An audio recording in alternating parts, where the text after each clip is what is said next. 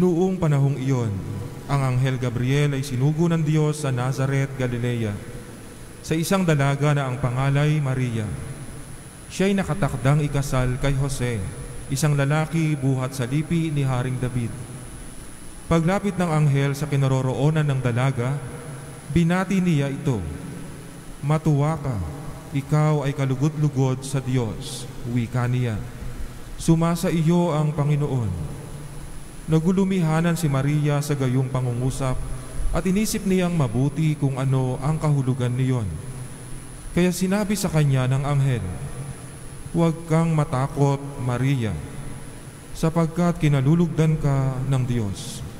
Makinig ka, ikaw ay maglilihi at manganganak ng isang lalaki, at siya'y tatawagin mong Jesus. Magiging dakila siya at tatawaging anak ng kataas-taasan. Ibibigay sa kanya ng Panginoong Diyos ang trono ng kanyang amang si David. Maghahari siya sa angkan ni Jacob, magpakailanman, at ang kanyang paghahari ay walang hanggan." "Paanong mangyayari ito gayong ako'y dalaga?" tanong ni Maria. Sumagot ang anghel, "Bababa sa iyo ang Espiritu Santo at lililiman ka ng kapangyarihan ng kataas-taasan. Kaya't banal ang ipanganganak mo at tatawaging anak ng Diyos. Natatandaan mo ang iyong kamag-anak na si Elizabeth?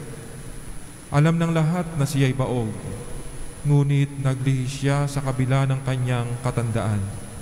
At ngayoy ika-6 na buwan na ng kanyang pagdadalang tao, sapagkat walang hindi mapangyayari ang Diyos."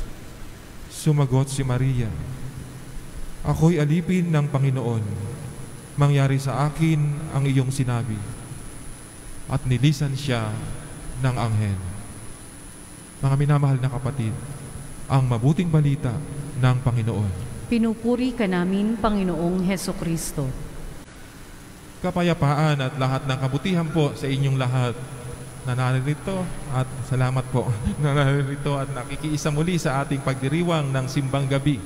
Tayo po ay nasa ika-5 araw na, at marahil marami sa inyo o baka lahat kayo ay may daladalang mga kahilingan na itinataas sa ating Panginoon, mga plano at desisyon na nais nating hilingin sa ating Panginoon. Subalit paano kung ang ibigay sa atin ng Panginoon ay taliwas doon sa ating hinihiling? Papaano kung hindi ito ayon sa ating plano? Papaano kung hindi ito akma doon sa desisyong ating ginawa? Katulad din kaya tayo ng mahal na Birheng Maria na sasagot sa Kanya, "Mangyari sa akin ang iyong sinabi." Maaaring hindi naging madali sa ating mahal na Birheng Maria ang pagsang-ayon sa kalooban ng Diyos, sapagkat bago pa ang pagbabalita ay nakatakda na nga siyang ikasal kay Jose, at maaaring nagpaplanong mamuhay bilang isang pangkaraniwang may bahay, ina ng kanyang mga magiging anak. Subalit narito't nagbabalita ang anghel para sa isang malaking pagbabago sa kanyang buhay na maaaring magdulot pa sa kanya ng kamatayan, sapagkat mabubuntis siya nang wala pa namang nangyayaring kasal sa pagitan nila ni Jose. Subalit makikita natin kung papaano naging bukas ang ating mahal na Birhen. Iyong kanyang tugon, no? Sa Ingles, "I am the handmaid of the Lord." Sa Pilipino, "Ako'y alipin ng Panginoon." Kung titingnan natin sa literal na kahulugan, parang ang sinasabi ng ating mahal na Birhen ay, "Ako'y likha ng Panginoon. Sino ako para tanggihan ng aking Panginoon na siyang higit na nakakaalam ng makabubuti para sa akin?" Isang napakagandang anyo ng panalangin, kung tutuusin, na nagbukas sa kaganapan ng pagliligtas ng Panginoon para sa atin. Isang napakagandang anyo ng panalangin na harinawang taglayin din natin sa tuwing tayo ay haharap sa Panginoon. Katulad ng panalangin ni Samuel, no? "Mangusap ka, Panginoon, makikinig ang iyong lingkod." Hindi iyong mangungusap ako, Panginoon, makinig ka sa iyong lingkod. No? Sa mahal na Birheng Maria, mangyari sa akin ang iyong sinabi. Hindi papangyarihin mo sa akin ang aking sinabi. Kung titingnan natin, puno ng kapakumbabaan ang anyong ito ng panalangin. Napakaikli, subalit naglalaman ng isang dakilang mensahe para sa ating lahat. Isang mensahe ng kapakumbabaan kung saan higit na makapapasok ang ating Panginoon sa ating mga puso. Ang panalangin ito, ang anyong ito ng panalangin ay narinig din natin sa ating Panginoong Hesus nung siya ay nananalangin bago humarap sa kanyang paghihirap. Kung maaari, tanggalin mo sa akin ang sarong ito ng paghihirap. Ganun pa man, hindi ang kalooban ko, kundi ang kalooban mo ang mangyari.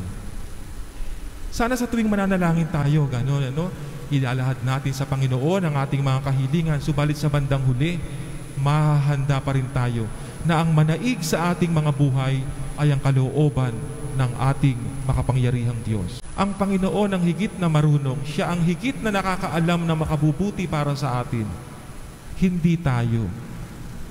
Madalas naaalipin tayo nung pangkaraniwang anyo ng panalangin.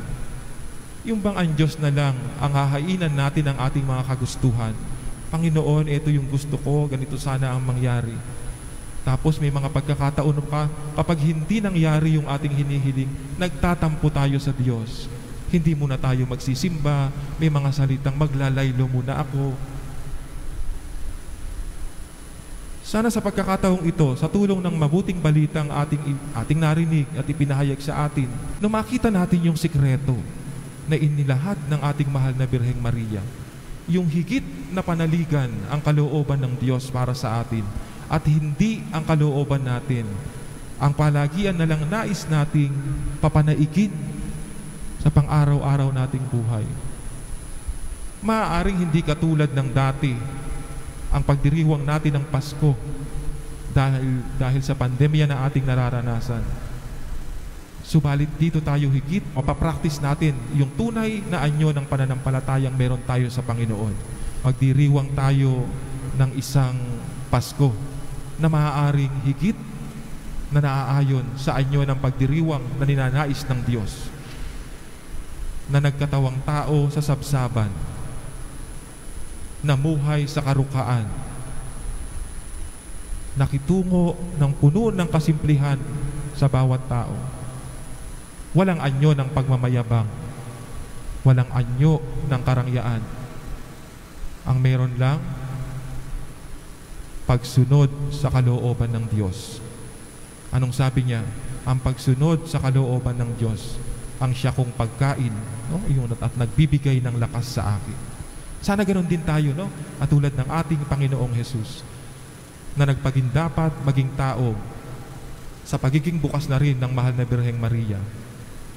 Matuto tayong palagi ang sundin ang kalooban ng Diyos.